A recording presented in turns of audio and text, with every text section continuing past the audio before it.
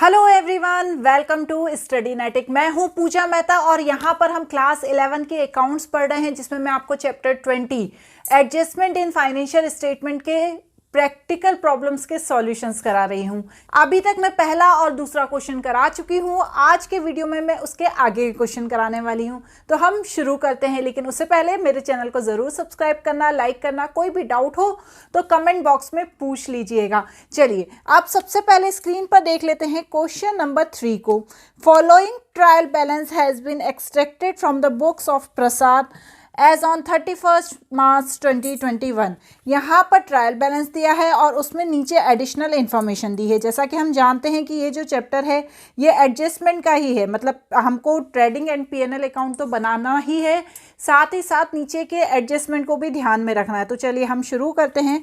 Adjustment को या तो मैं पहले पढ़ देती हूँ, अभी तो इसमें बहुत छोटे से एडजस्टमेंट है, जैसे सैलरी दी है, डेप्रिसिएशन ऑफ मशीनरी दिया है, वेजेस है, रेंट है और इंटरेस्ट ऑन कैपिटल है, स्टॉक दिया है। तो ये एडजस्टमेंट हम पहले रीड कर लेते हैं और ध्यान में रखते हैं कि क्या क्या किस तरह से करना है। तो सबसे पहले तो मैं ट्रेडिंग अकाउंट बनाऊंगी। देखिए यहाँ पर मैंने फॉर्मेट बना रखा है ट्रेडिंग एंड पीएनएल अकाउंट का, साथ ही साथ बैलेंस शीट का भी। तो चलिए सबसे पहले हम क्या लिखते हैं यहाँ पर। सबसे पहले हम लिखेंगे ओपनिंग स्टॉक। जैसा कि हम जानते हैं कि जो पिछले साल का स्टॉक बच जाता है वो नेक्स्ट ईयर क्या हो जाता है, ओपनिंग स्टॉक हो जाता है। तो यहाँ पर ओपनिंग स्टॉक कितना दिया है, 6 लाख। नेक्स्ट क्या दी हुई है, परचेज दी हुई है। परचेज कितनी दी है, देखिए आप, परचेज दी हुई है यहाँ पर 8 लाख। किसी भी तरह का परचेज रिटर्न वगैरह कुछ भी नहीं है, तो हम डायरेक्ट परचेज लिख देंगे। कितना है, 8 लाख। इसके बाद कौन सा ऐसा डायरेक्ट एक्सपेंसेस है जो यहाँ आएगा, तो देखिए डायरेक्ट है वेजेस। तो यहाँ पर वेजेस लिख देंगे, लेकिन नीचे ध्यान दीजिएगा वेजेस का एडजस्टमेंट दिया है। कितनी दी है, आउटस्टैंडिंग वेजेस। वेजेस कितनी है, 1 लाख, और आउटस्टैंडिंग वेजेस कितनी है, 5,000। तो प्लस करने पे आएगा 105,000, 1,05,000। क्लियर। इसके बाद क्या दिया हुआ है, इस साइड आ जाएंगे हम, क्रेडिट साइड। सिंपल सा सेल्स दिया है, by sales and by closing stock. Sales कितना दिया हुआ है, 16 लाख, एंड क्लोजिंग स्टॉक नीचे दिया हुआ है 8 लाख। चलिए अब इनको देखते हैं हम कि क्या आता है कैलकुलेशन करने पे, ग्रॉस प्रॉफिट आता है कि ग्रॉस लॉस आता है। तो चलिए आप भी करते जाइए मेरे साथ।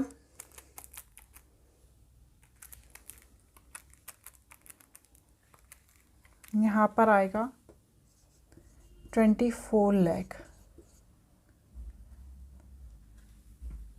और जब हम इसे भी प्लस करेंगे, 6 लाख प्लस 8 लाख प्लस 105,000, तो यहाँ पर आएगा 15,05,000। उसमें से जब मैं ये माइनस करूँगी तो यहाँ पर आएगा 895,000। तो ये हमारा क्या हो जाएगा, ये हमारा हो जाएगा ग्रॉस प्रॉफिट।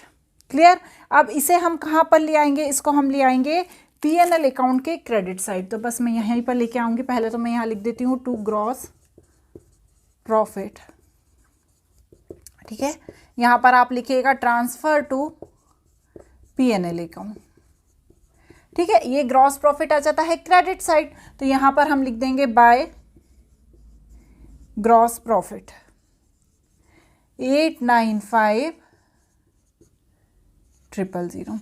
अब देखिए कौन कौन से इनडायरेक्ट एक्सपेंसेस हैं जो यहाँ पर आने वाले हैं। तो हम सबसे पहले उनको इनडायरेक्ट एक्सपेंसेस को देख लेते हैं। पहले मैं पेन चेंज कर लेती हूँ। चलिए, अब यहाँ पर सबसे पहले क्या आएगा, रेंट आएगा। आप लिखते जाइए, कोई ऐसा नहीं है कि रेंट आएगा। यदि आपको जैसे सैलरी है, सैलरी लिख सकते हैं हम, टू सैलरी। सैलरी कितनी दी हुई है, देखिए 50,000। और नीचे क्या दिया है, सैलरी आउटस्टैंडिंग 45,000। तो प्लस आउटस्टैंडिंग सैलरी 45,000। तो इन दोनों को प्लस करके बाहर लिख देंगे 95,000। इसके बाद क्या आएगा, देखिए इसके बाद आएंगे रेंट टू रेंट। अब रेंट तो दिया है प्रीपेड, जब प्रीपेड होता है तो माइनस होता है और आउटस्टैंडिंग होता है तो प्लस होता है, ये हमें ध्यान रखना है। तो रेंट कितना दिया हुआ है 45,000, वो प्रीपेड रेंट कितना दिया है, प्रीपेड रेंट दिया है 10,000, तो यहाँ पर आएगा 35,000। उसके बाद क्या दिया है, कमीशन दिया है, तो डायरेक्ट लिख दो 2 कमीशन 25,000। फिर जनरल एक्सपेंसेस 80,000, ठीक है। उसके बाद 2 चीज़ें नीचे ध्यान में रखनी है, पहली तो depreciation on machinery and second interest on capital, ये 2 चीज़ों को हमें ध्यान में रखना है। तो यहाँ पर मैं लिखूँगी डेप्रिसिएशन ऑन मशीन। तो भैया मशीन कितनी दी है, 4 लाख की मशीन दी है ना, तो 4 लाख की मशीन पे जब 10% डेप्रिसिएशन लगाऊंगी तो आ जाएगा 40,000। और इंटरेस्ट ऑन कैपिटल, तो यहाँ पर देखिए कैपिटल दिया है 9 लाख, इस पे कितना लगाना है मुझे, 9 लाख पे मुझे लगाना है 5% पर एनम के हिसाब से। तो जब मैं 9 लाख पे लगाऊंगी, लगाइए 5%, तो यहाँ पर आ जाएगा 45,000। तो यहाँ पर मैं 45,000 लिख दूंगी टू इंटरेस्ट ऑन कैपिटल। अब ये इंटरेस्ट ऑन कैपिटल का क्या होगा, ये इंटरेस्ट ऑन कैपिटल हो जाएगा ऐड किसमें, हमारी बैलेंस शीट की कैपिटल में। क्लियर, क्योंकि भैया कैपिटल लगाई थी तो उसको इसका इंटरेस्ट मिल गया ना। चलिए अब हम क्या करेंगे, इनका यहाँ पर देख लेंगे। देखिए आप कुछ रिसीव तो नहीं है ना, एक बार चेक कर लीजिए। देखिए यहाँ पर इंटरेस्ट रिसीव्ड है कितना 30,000, तो उसे हमें भूलना नहीं है, बाय इंटरेस्ट रिसीव्ड 30,000। अब हम इसे प्लस करके देख लेते हैं, करिए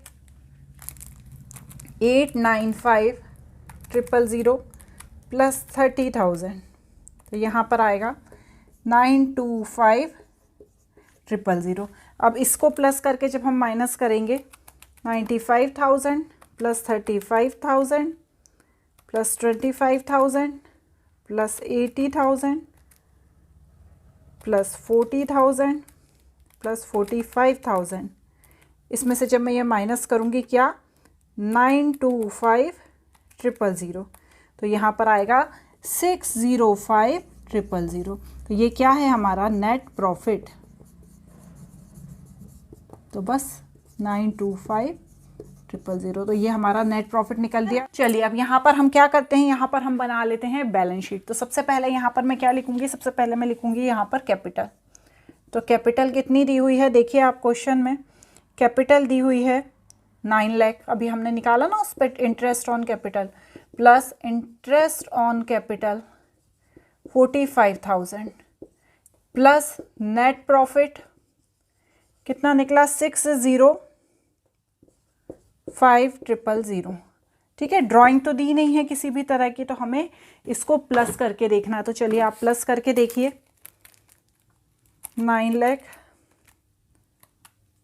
प्लस 45,000 प्लस 605,000, तो यहाँ पर आएगा 155,000। तो ये हमारा सब क्या आया, प्लस करने पे आया। तो चलिए अब ये यहाँ पे आ गया।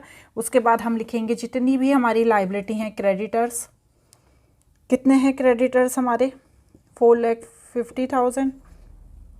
सैलरी जितनी ये आउटस्टैंडिंग सैलरी थी ना 45,000, इसे यहाँ पर लिखना पड़ेगा। तो हमने यहाँ पर लिखा आउटस्टैंडिंग सैलरी, और साथ ही हमारा आउटस्टैंडिंग वेजेस भी थे, तो ये दोनों ही यहीं पे आएंगे। जो एडजस्टमेंट में दिया होता है सैलरी एंड वेजेस, उसे कहाँ पर लिखते हैं, उसे लिखते हैं हम लाइबिलिटी साइड। तो क्या अमाउंट है 5,000 प्लस 45,000, उल्टा लिख दिया है मैंने, सैलरी वेजेस है 5,000 और सैलरी है 45,000। क्लियर। चलें अब नीचे इस साइड आ जाते हैं। इस साइड क्या है, हमारी मशीनरी पे हमने क्या निकाला था, 10% डेप्रिसिएशन निकाला था। तो मशीनरी हमारी कितनी दी है, 4 लाख दी है, इस पर हमने 40,000 डेप्रिसिएशन ऑन मशीनरी, आप प्रॉपर लिखिएगा, ठीक है। माइनस करेंगे तो यहाँ पे आएगा 3,60,000। उसके बाद जितने भी एसेट्स हैं, ठीक है, उन सबको लिख दें। जैसे क्लोजिंग स्टॉक, ये भी आता है, यहीं पर हमने पढ़ाई है, ये वाला जो अमाउंट है वही अमाउंट यहाँ आता है। उसके बाद डेटर्स, डेटर्स का किसी तरह का कोई भी एडिशनल इन्फॉर्मेशन नहीं दी है, एडजस्टमेंट नहीं दिया है, तो हम वैसा का वैसा अमाउंट लिख देंगे। तो क्या है 4,40,000। उसके बाद बिल रिसीवेबल 2,90,000। जो रेंट है, हमेशा जो प्रीपेड रेंट हुआ या तो सैलरी भी हो सकती है, कुछ भी हो सकता है, ये जो प्रीपेड है वो हमेशा कहाँ आता है, एसेट्स में आता है। तो ये जो अमाउंट, ये वो अमाउंट आते हैं जो नीचे एडजस्टमेंट में दिए होते हैं। ध्यान रखिएगा ये चीज़, ये वही अमाउंट आते हैं जो एडजस्टमेंट में दिए होते हैं। यदि इस तरीके से कुछ नीचे नहीं दिया है, सीधे ऊपर ही दिया है, तो यहाँ माइनस नहीं होगा, वो डायरेक्ट यहीं आ जाएगा। क्लियर? आएंगे और भी आएंगे क्वेश्चन, तब हम और क्लियर कर लेंगे। फिर cash at bank and cash in hand. Bank कितना है 1 लाख और हैंड कितना है 50,000। तो बस अब हम इनको क्या करेंगे, टोटल करके देखेंगे, तभी तो पता चलेगा हमें बैलेंस शीट मैच हो रही है कि नहीं हमारी। तो यहाँ पर 1,55,000 प्लस 4,50,000 प्लस 50,000 साथ में ही कर दिया मैंने, 2,05,000 ठीक है। 3,60,000 प्लस 8 लाख प्लस 4,40,000 देखिए, और 2,90,000। बड़े बड़े अमाउंट हैं, कहीं को छूट ना जाए। 10,000 प्लस 1 लाख प्लस 50,000। तो यहाँ पर आ गया 205,000। इस तरह से हमारा ये क्वेश्चन नंबर 3 हो गया। अभी तो ये बिल्कुल स्टार्टिंग के क्वेश्चन है, बहुत ही इजी हैं, इसमें कुछ भी डिफिकल्ट नहीं है, सिंपल से एडजस्टमेंट दिए हैं। यदि आपने इलिस्ट्रेशन नहीं किए हैं और डायरेक्ट यहीं पर आ गए हैं, तो आपको ये क्वेश्चंस अभी तो इजी लगेंगे, लेकिन जब आप आगे जाएंगे तो ये क्वेश्चन आपको थोड़े से टफ मिलेंगे। इसलिए इलिस्ट्रेशंस भी करवाए हैं मैंने, आप चाहें तो प्लेलिस्ट में जाकर देख सकते हैं। चलिए अब देख लेते हैं क्वेश्चन नंबर 4 को।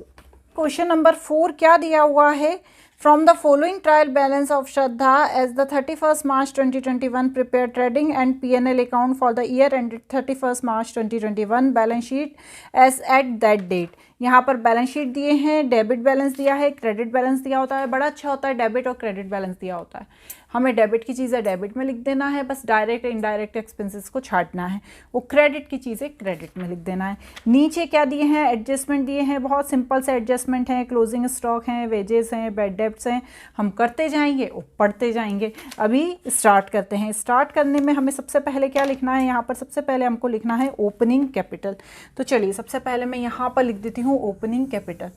यहाँ पर जिसका भी नाम रहता है ना बच्चों, ऊपर आप नाम लिखा कीजिए। Trading and P&L account for जिसका नाम हो, ठीक है, उसका नाम लिखना है हमें। अब सबसे पहले क्या आएगा, opening stock. To opening stock 42,000।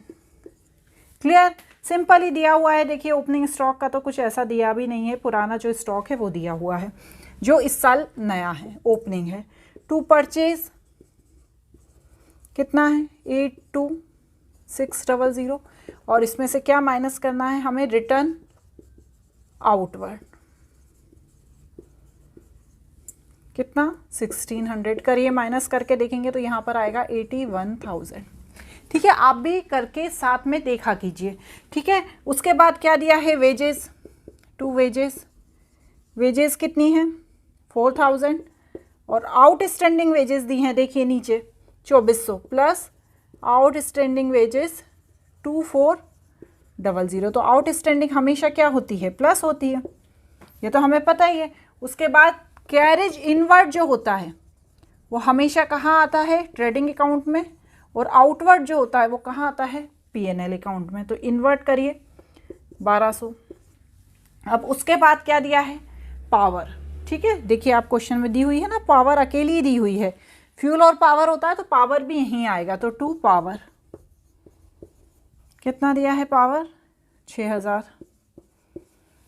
Clear? अब इस साइड आ जाते हैं। यहाँ पर सेल्स कुछ भी नहीं दिया है, रिटर्न इनवर्ड नहीं दिया है, डायरेक्ट सेल्स ही लिखना है। तो हम यहाँ सेल्स लिख देंगे 155,000। और क्या आएगा, क्लोजिंग स्टॉक। ये तो हर क्वेश्चन में नीचे एडिशनल इन्फॉर्मेशन में दिया ही होता है। हमने चैप्टर 19 करा था, उसमें भी दिया होता था 64,000। ठीक है, अब चलिए इन्हें करके देखिए क्या आएगा हमारा, ग्रॉस प्रॉफिट आएगा कि ग्रॉस लॉस आएगा। 155,000 प्लस 64,000, तो यहाँ पर आएगा 219,000। उसके बाद 42,000 प्लस 81,000 प्लस 6400 प्लस 1200 प्लस 6,000, तो यहाँ पर आ रहा है 136600। तो जब हम माइनस करके देखेंगे तो हमारा आएगा 82,400। तो ये हमारा क्या है, to gross profit transfer to P&L account. देखिए आप बच्चों अच्छे से प्रॉपर वे में कीजिएगा, ऐसा नहीं कि जल्दी जल्दी लिखते चले गए। ओके, यहाँ पर आ जाते हैं हम अब P&L अकाउंट की तरफ। चलिए, बाय ग्रॉस प्रॉफिट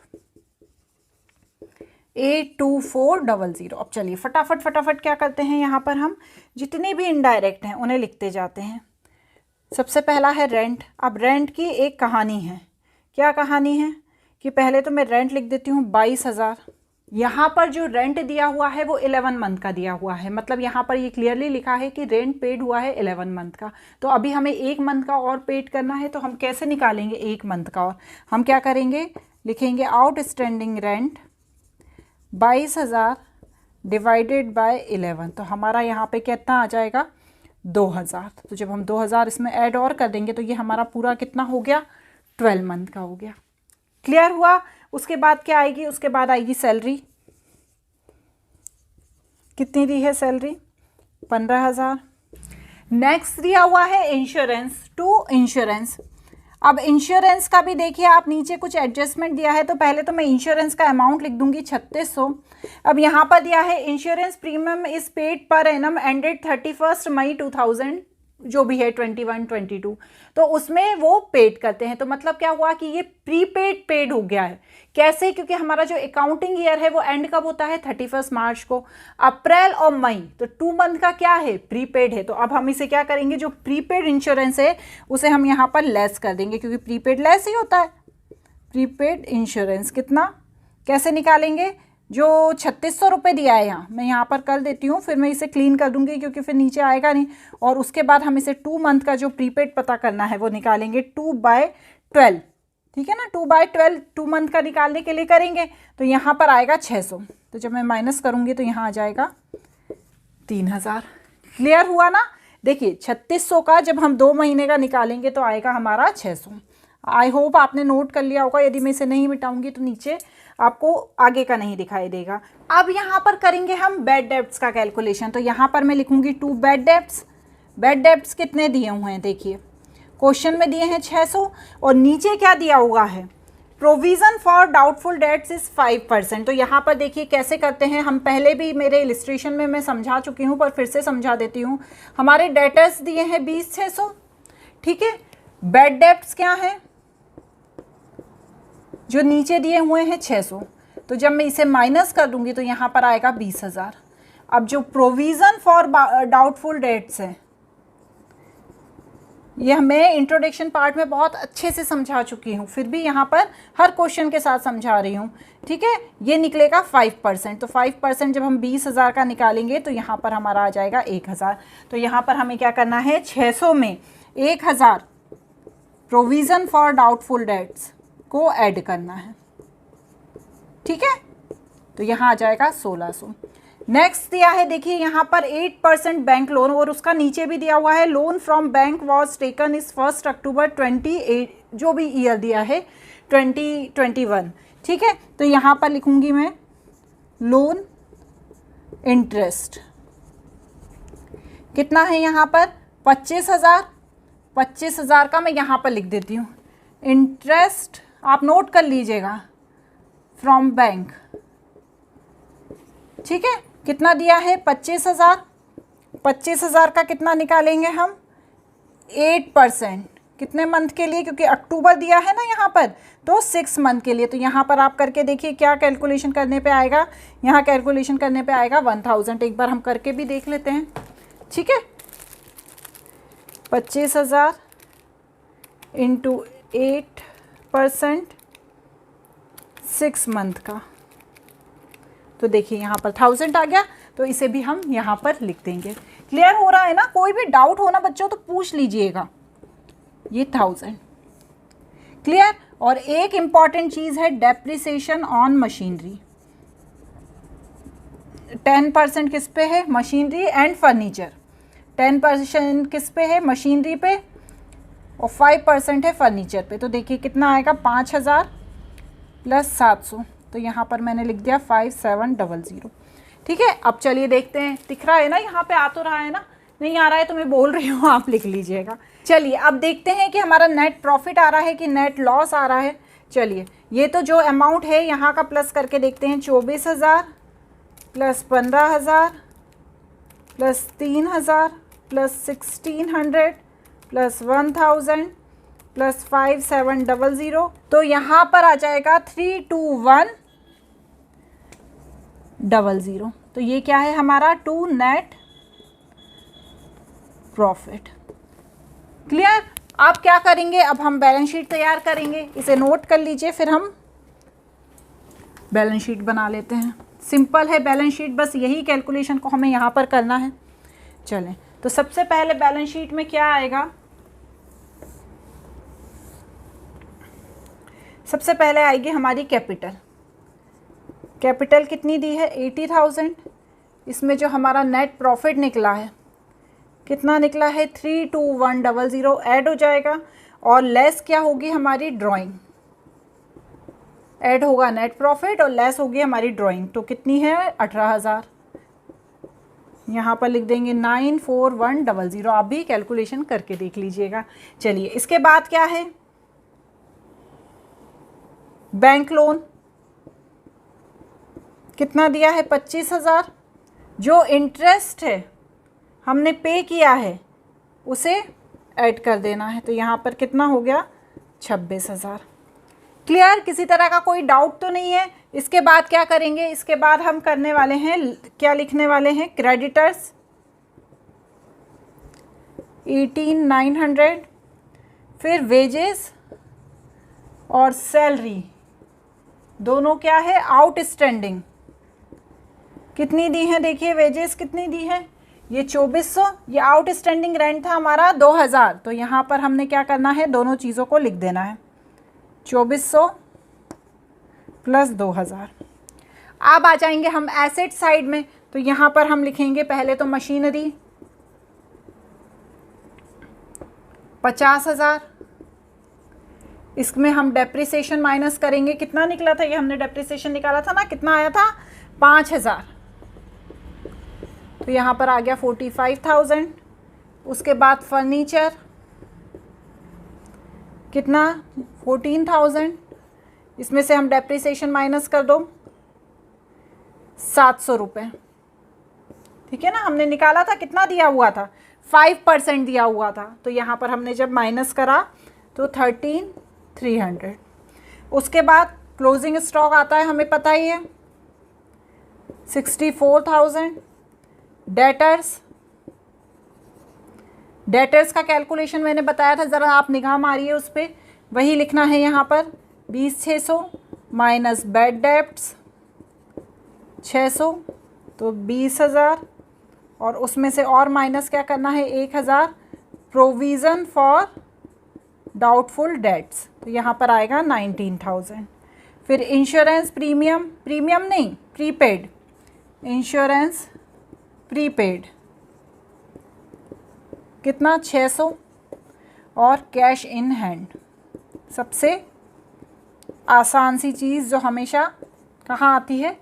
एसेट्स में आती है। ठीक है बच्चों, देखिए यदि मैं स्लो करूँगी तो बहुत बड़े बड़े वीडियो बनेंगे, फिर आप ही देखने में सोचेंगे यार ये तो कितना बड़ा वीडियो है, इसलिए थोड़ा सा मुझे स्पीड में तो पढ़ाना ही पड़ेगा। आखिरी में तो जब मैं देखती हूँ ना कि इतना टाइम लग रहा है, तो मेरी स्पीड और ज़्यादा बढ़ जाती है। 143400। इसी तरह से यहाँ पे 941000 प्लस 26000 प्लस 18900 प्लस 2400 प्लस 2000। तो यहाँ पर भी आ गया 143400। और जल्दी से हमारी बैलेंस शीट हो गई मैच। अगला क्वेश्चंस अगले वीडियो में। Bye bye.